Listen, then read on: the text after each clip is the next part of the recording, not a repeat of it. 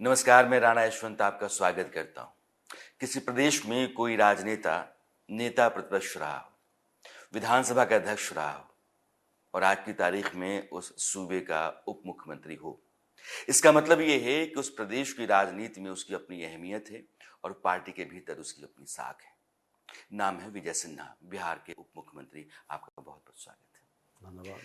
चुनाव घमासान चल रहा है, आपके दावे अलग हैं, आपके विपक्ष के दावे अलग हैं। चल कैसा रहा है? देखिए, ये चुनाव सरकार बनाने के लिए नहीं है, सरकार तो बनना तय है।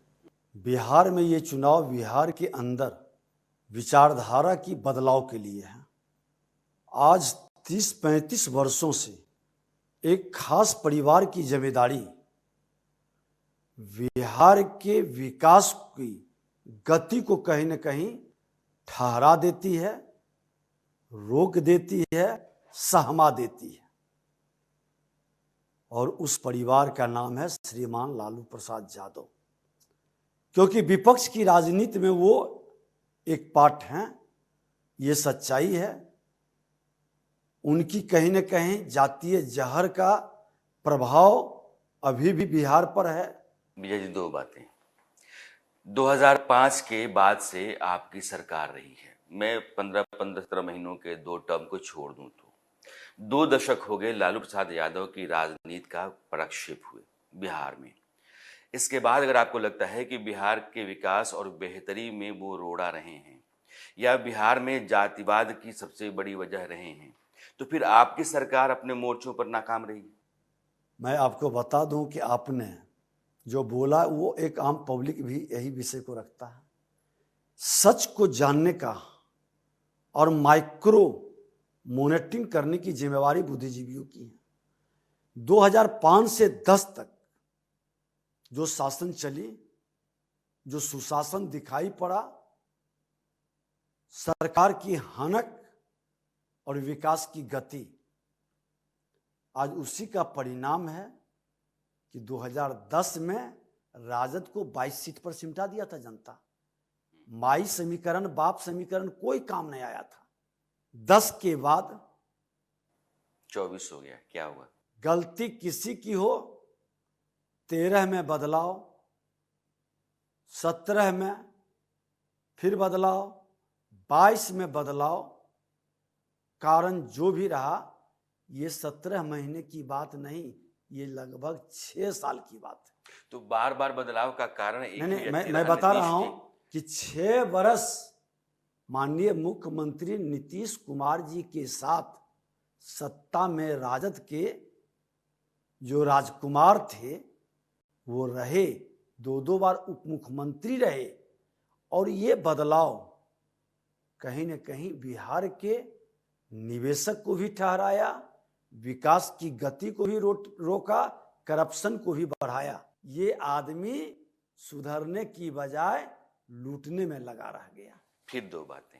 आप कहते हैं कि बार बार सरकारों के बदलने के कारण भी बिहार के विकास को वो रफ्तार नहीं मिली जो मिल जानी चाहिए थी, और बार बार सरकारों के बदलने का कारण नीतीश कुमार। तो एक तो सवाल उनके ऊपर जाता है कि बिहार की रफ्तार अगर कमी तो उसका कारण वो है।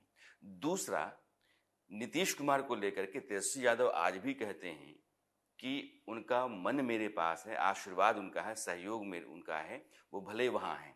तो क्या फिर आप कहते हैं कि वो उधर जा सकते?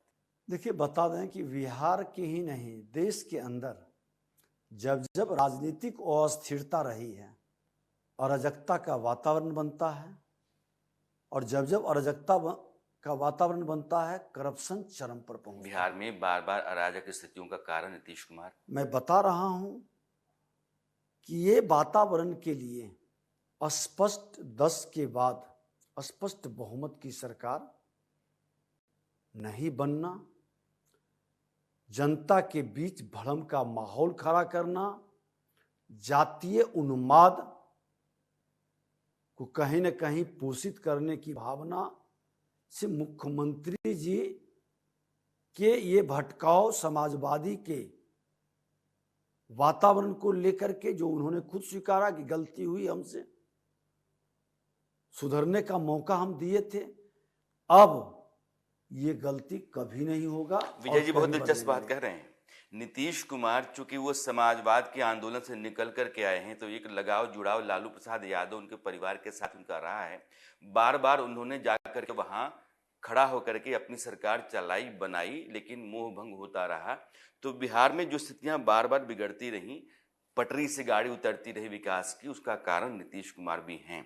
अब चूंकि मैं विधानसभा चुनाव का जिक्र नहीं कर रहा हूं, मैं लोकसभा चुनाव पर का जिक्र कर रहा हूं, इसलिए मैं आ रहा हूं कि तेजस्वी यादव कहते हैं कि नीतीश कुमार अगर भले उधर हैं, आशीर्वाद मेरे साथ है, समर्थन मेरे साथ है। तेजस्वी यादव जी बड़बोले पिता के बड़बोले पुत्र हैं और मास्टर हैं झूठ बोलने में और भ्रम फैलाने में, क्योंकि सौभाग्यशाली हैं कि दो दो पूर्व मुख्यमंत्री के पुत्र हैं, सोने के चम्मच लेकर जन्म लिए हैं, अकुत संपत्ति के मालिक माता पिता ने पहले से तैयार करके रख दिया है।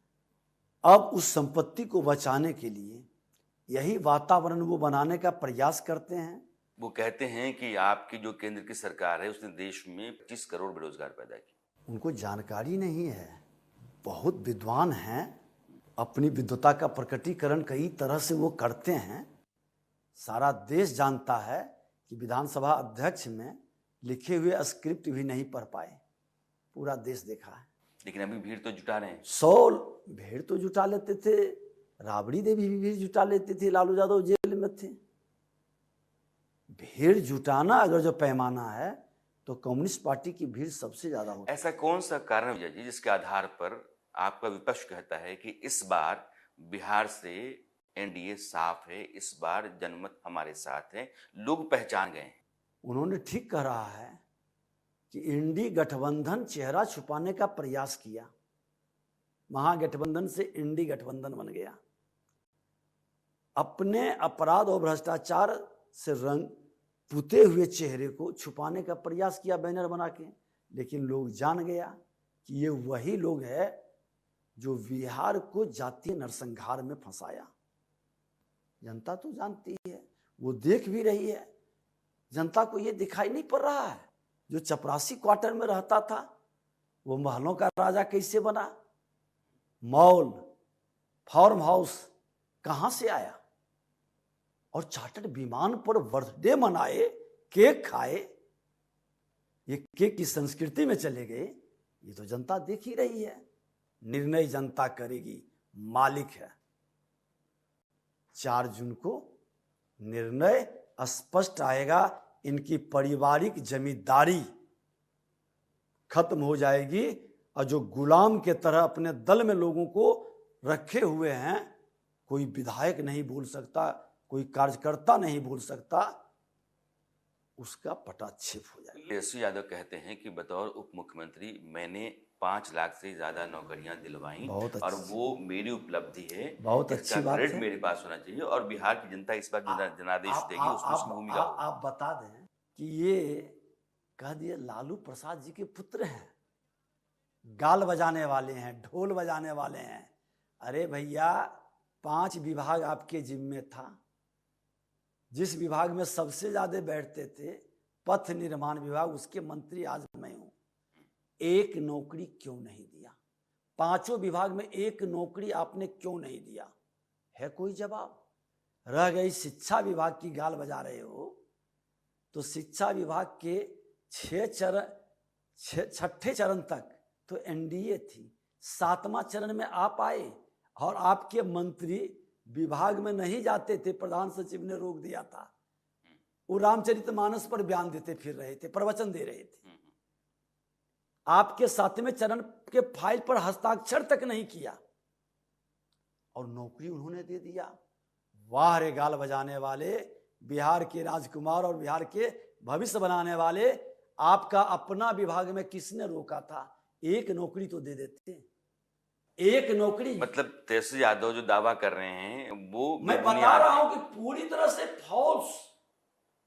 ये आदमी, हमने खुला निमंत्रण दिया था कि आपके 5 विभाग में एक नौकरी दिए हो तो बता दो कि हम अपने विभाग, जो व्यक्ति अपने विभाग में नौकरी नहीं दे सका वो गाल बजा रहा है, ढोल बजा रहा तो है। ये भी कहते हैं कि बिहार में इस बार के चुनाव नतीजे उनके पक्ष में इसलिए आएंगे कि आपकी पार्टी और एनडीए ने बिहार के भीतर नफरत का माहौल पैदा किया। मोहब्बत की दुकान या मोहब्बत का माहौल तो वो तैयार करते हैं, वो लोगों को कलम देना चाहते हैं, आप लोगों के हाथ में तलवार थमाना चाहते हैं। देखिए, दो आदमी, एक पप्पू है वहां और एक अप्पू है यहाँ। ये पप्पू और अप्पू की जोड़ी मोहब्बत की दुकान चला रहे हैं। ये मोहब्बत की दुकान चलाते चलाते भारतीय संस्कृति से ये केक की संस्कृति में पहुंच गए। और केक की संस्कृति में मोहब्बत, अगर जो जिस वातावरण में जी रहे हैं, चार्टर्ड विमान पर केक खाने का मोहब्बत है, होली में जो माहौल इन्होंने खड़ा किया, दरभंगा के अंदर सत्ता में यही बैठे थे कि एक दलित की मृत्यु होती है, वो श्मशान में जाता है लाश जलाने, तो उसको लाठी से पीटा जाता है, उसके लाश पर पेशाब कर देता है, जलाने नहीं देता है।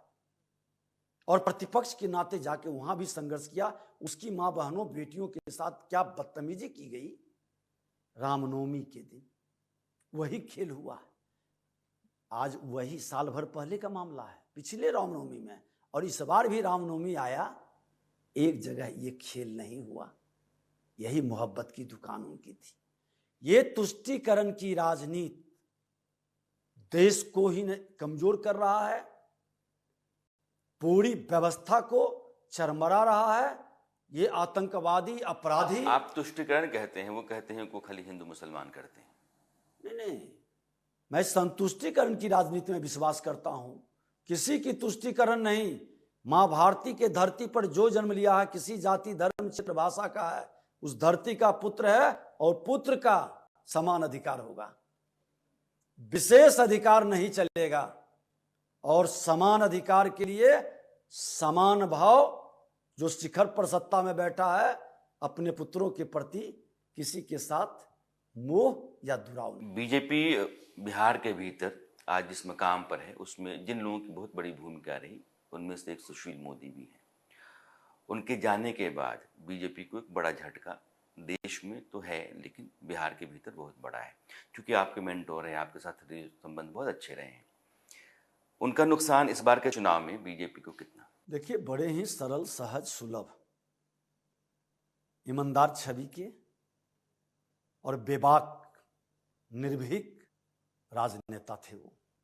3 दशक तक सत्ता में रहे, किसी न किसी पद पर, चारों सदन के सदस्य रहे, बड़े अनुभव की किताब थे, कोई दाग नहीं लगा।